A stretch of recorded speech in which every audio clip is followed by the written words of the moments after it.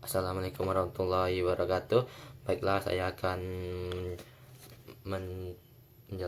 menjawab pertanyaan dari pelajaran filsafat.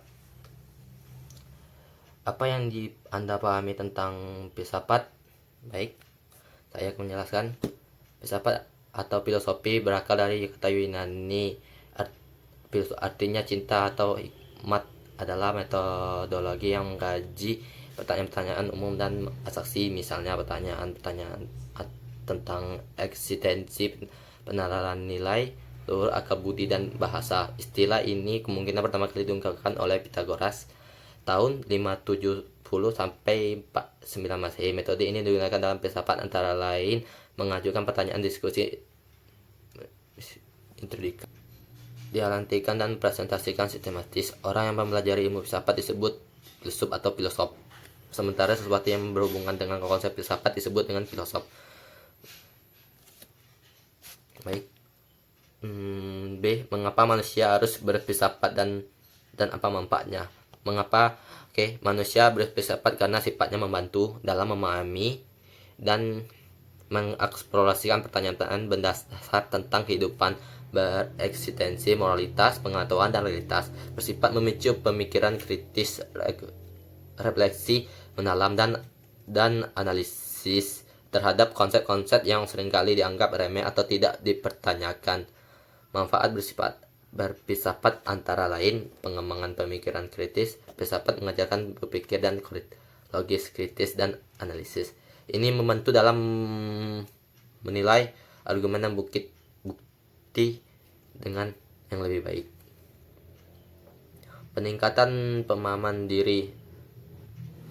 Dengan mengungkapkan pertanyaan-pertanyaan mendalam, seseorang dapat mencapai pemahaman yang lebih baik tentang diri mereka sendiri dan tujuan hidup mereka.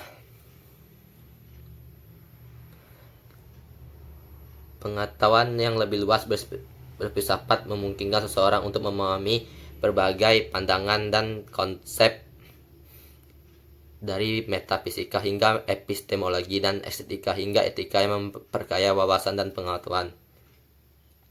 Secara keseluruhan, filsafat membantu manusia menjadi individu dan berpikir reflektif dan bijaksana, dan yang mampu memahami, menghadapi kompleksitas kehidupan dan lebih baik. Baik, selanjutnya, bagaimana orang agar akal kita manusia bisa berpikir filsafat dan filosofis? Berpikir secara filosofis atau mendalami filsafat memerlukan latihan dan pemahaman mendalam. Berikut caranya. 1. Membaca karya filsafat, mulai dengan membaca karya-karya dari filsuf terkenal seperti Plato, Kant. 2. Bertanya dan merenung. Filosofi yang sering dimulai dengan bertanya mendasar tentang kehidupan, keberadaan. Diskusi dan debat. Bergabunglah dengan komunitas atau kelompok diskusi filsafat. Diskusi ini dengan orang lain bisa membuka perspektif yang baru dan memperdalam pemahaman. Menulis pemikiran, menulis esai atau jurnal tentang pemikiran dan refleksi. Studi kasus analisis, menganalisis kasus-kasus konkret yang menerapkan teori filosofi pada sistematis yang nyatanya. Mengambil kursus seperti kemungkinan untuk atau kelas filsafat. Berarti logika seringkali memerlukan kemampuan berpikir logis, refleksi diri, luangkan waktu untuk refleksi dan diri, dan meditasi melayani pemikiran dan perasaan Anda sendiri. Berpikir filosofis adalah proses orang yang membelajarkan dan tidak ada titik akhir. Baik, selanjutnya saya akan menjawab pertanyaan 2. Mengapa filsafat di belahan dunia barat mengalami kemunduran? Mengatakan bahwa filsafat di dunia barat mengalami kemunduran mungkin memerlukan waktu. 1. Seperti spesialis ilmu pengetahuan. Di masa lalu, filsafat mencakup hampir semua bidang pengetahuan. Namun dengan berkembangnya ilmu pengetahuan modern, banyak bidang yang dulunya bagian dari filsafat seperti fisika, biologi, dan psikologi, pragmatis, dan teknologi. Budaya barat kontemporer cenderung sangat pragmatis dan berorientasi pada hasil teknologi dan ilmu terapan yang sering kali dianggap seperti berguna dan langsung relevan dibandingkan refleksi filosofi yang lebih abstrak. Kompleksitas dan elitisme. Filsafat sering dianggap sulit diakses karena biasa ada konsepnya kompleks. Perubahan sistem pendidikan di banyak tempat pendidikan filsafat tidak lagi menjadi bagian wajib dari kurikulum pendidikan umum. Hal ini mengurangi paparan awal tahap filsafat, potensial minat dan kalangan pelajar. Fragmentasi dan spesialis dalam filsafat. Filsafat modern seringkali sangat terspesialis dengan berbagai subdisiplin yang kadang-kadang sulit dikaitkan satu sama lain. Ini dapat membuat filsafat tampak fragmentasi dan kurang relevan bagi isu-isu yang lebih luas. Namun penting sekali, meskipun filsafat mungkin kurang menonjol di kalangan, namun tidak berarti bahwa filsafat ini tersebut benar-benar mengalami kemunduran. Ada banyak filsafat kontemporer yang terus menghasilkan karya penting dan relevan, serta komunitas akademis yang aktif. Selain itu, ada tren yang baru menggabungkan filsafat dengan ilmu pengetahuan kognitif neuroscience. Baik, selanjutnya pertanyaan dari 2B. Mengapa filsafat dan di belahan dunia timur Islam mengalami kemajuan yang sangat pesat? Mengapa filsafat dunia timur Islam mengalami kemajuan sangat pesat? Filsafat dunia Islam mengalami kemajuan pesat pada periode klasik, terutama di abad 8 hingga 12, karena beberapa faktor yang mendukung pertumbuhan intelektual dan budaya pada masa tersebut. Pentingnya pengetahuan dalam Islam. Ajaran Islam sangat menghargai pengetahuan dan pencarian kebenaran. Banyak ayat dalam Al-Quran dan hadis Nabi Muhammad yang mendorong umat Islam untuk mengajar ilmu pengetahuan dan menciptakan lingkungan yang mendukung pengembangan intelektual dan mendukung ilmuwan dan filosofi. Banyak khalifah yang penguasa muslim memberikan dukungan patronas kepada para ilmuwan. Interaksi budaya dan perdagangan. Dunia Islam pada masa itu adalah pusat perdagangan dan interaksi budaya yang membawa berbagai ide pengetahuan dan berbagai belahan dunia. Pengembangan institusi pendidikan, universitas, dan madrasah didirikan di berbagai kota seperti Baghdad dan lain-lain. Sintesitas dan inovasi para filsuf muslim tidak hanya menerjemahkan dan mengasimilisasi karya-karya Yunani, tetapi juga mengembangkan dan memperluas ide-ide tersebut. Filsuf seperti Al-Farabi, Ibn Sina, dan Ibn Rushd memberikan kontribusi signifikan dan dengan menggabungkan filsafat Yunani dengan ajaran Islam yang membuat inovasi dan dalam berbagai bidang seperti metafisika, logika, dan ilmu pengetahuan. Peran ilmu ini pengetahuan selain filsafat, para cendekiawan muslim juga membuat kemajuan besar dalam berbagai bidang ilmu pengetahuan seperti matematika, astronomi, kedokteran, kimia, dan lain-lain. Debat teologis dan filsafat. Di dalam dunia Islam ada perdebatan dan instan antar berbagai sekolah pemikiran teologis dan filosof. Debat ini mendorong pengembangan argumen dan ide-ide yang baru dari para filsafat Islam. Kemajuan kesemua faktor ini menciptakan lingkungan kondusif untuk kemajuan filsafat dan ilmu pengetahuan di dunia Islam, menghasilkan periode zaman keemasan Islam yang berpengaruh pada zaman perkembangan Islam dan intelektual global. Baik, saya akan menjawab pertanyaan dari 3A. Bagian A, bagaimana caranya dunia barat bisa kembali bangkit dari keterpurukan? Untuk membantu dunia barat bangkit dari keterpurukan, perlu diambil pendekatan menyeluruh dan melibatkan berbagai sektor, seperti reformasi ekonomi, diversifikasi ekonomi, mendorong ekonomi untuk mengurangi ketergantungan pada sektor-sektor tertentu, investasi dan teknologi dan inovasi, meningkatkan inovasi dalam penelitian dan pengembangan untuk mempromosikan inovasi teknologi dan industri baru, untuk mendukung UKM, memperkuat usaha kecil dan menengah dengan akses yang lebih mudah ke pembiayaan dan pasar, pendidikan pelatihan keterampilan, peningkatan infrastruktur digital, dan membangun dan meningkatkan teknologi dan konektivitas, transportasi dan energi, memperbaiki infrastruktur transportasi dan energi untuk meningkatkan efisiensi dan keberlanjutan. Kesehatan, kesejahteraan, akses kesehatan, memperluas akses layanan kesehatan dan berkualitas dan terjangkau.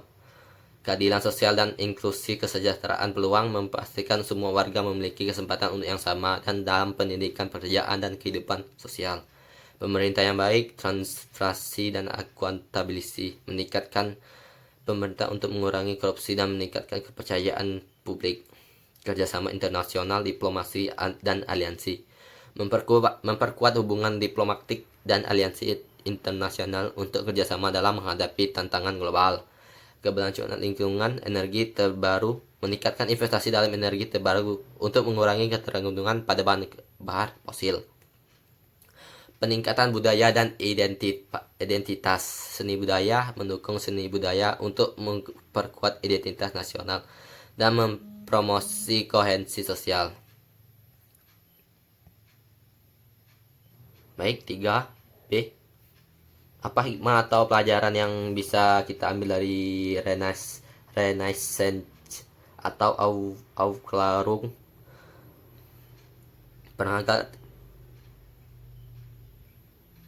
Renaissance abad ke-14 atau hingga 17, kebangkitan seni budaya, penghargaan terhadap kecantikan dan kreativitas. Renaissance menekankan pentingnya seni budaya dalam kehidupan manusia untuk menghasilkan karya arsitek dan menakjubkan dalam seniman seperti Leonardo da Vinci.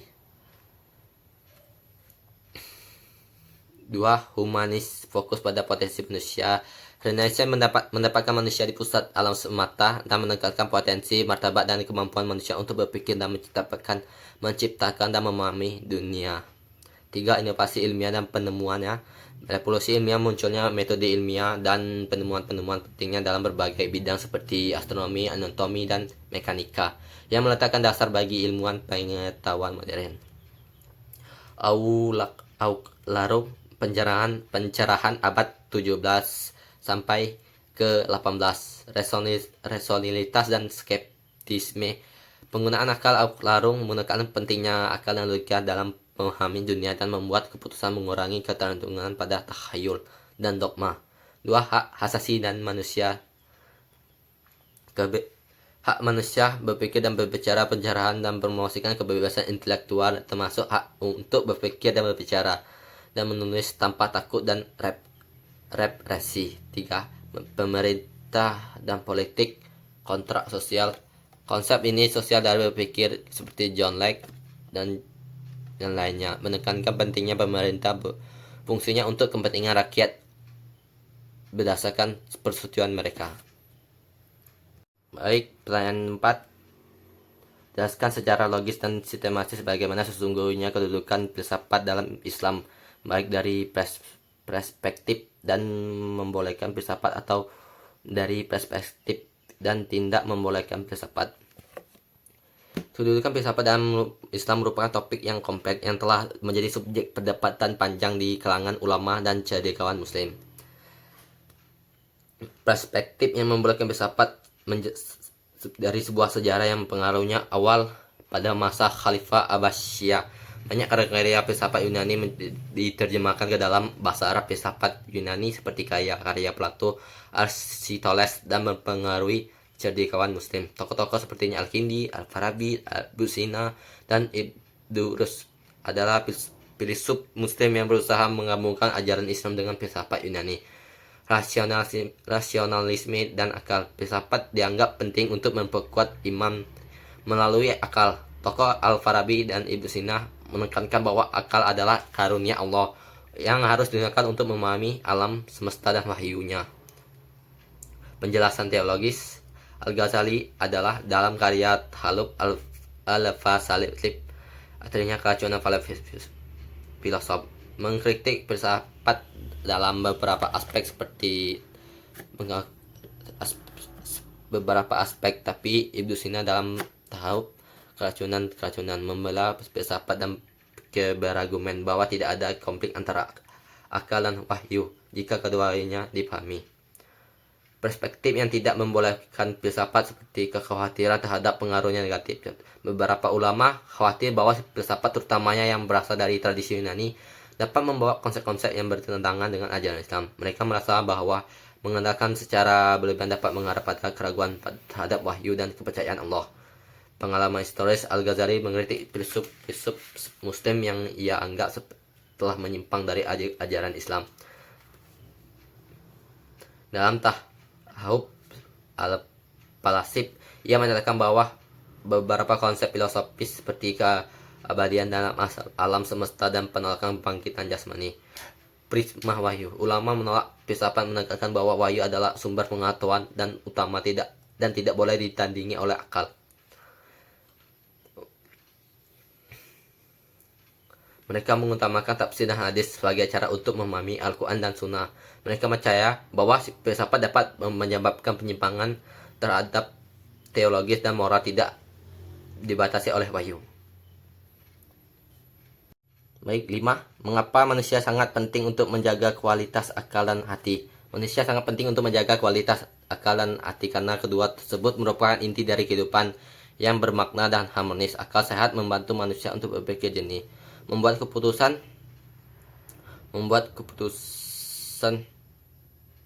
yang bijak dan memecahkan masalah dengan efektif. Sementara itu hati yang baik membawa dampak dalam cara kita berhubungan dengan orang lain.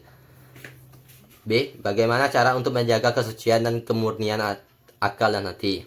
Menjaga kesucian dan kemurnian akal dan hati meningkatkan iman dan takwa melalui beribadah seperti salat, puasa, zikir, dan baca Al-Quran. Membaca dan mengkaji Al-Quran, menghindari maksiat dan dosa, berusaha untuk menjauhkan diri dari perbuatan dilarang agama seperti bohong, curi, dan zina, memperbaiki hubungan dan sesama, bersikap baik, jujur, adil, dan tabah, memperbanyak ilmu dan amal saleh, belajar agama dan ilmu umumnya, serta mengamalkan ilmu serta dalam kehidupan sehari-hari, merenung dan muhasabah diri, mengambil waktu untuk menentukan perbuatan kita, untuk bertobat atas kesalahan yang kita lakukan, memilih lingkungan yang baik, bergaul dengan orang lain, menjaga kesehatan dan mental fisik, olahraga, makan yang sehat, tidur yang cukup, dan menghindarikan stres dapat membantu menjaga keseimbangan akal dan hati. Dengan mengikuti cara tersebut, sekian dari video saya akhiri.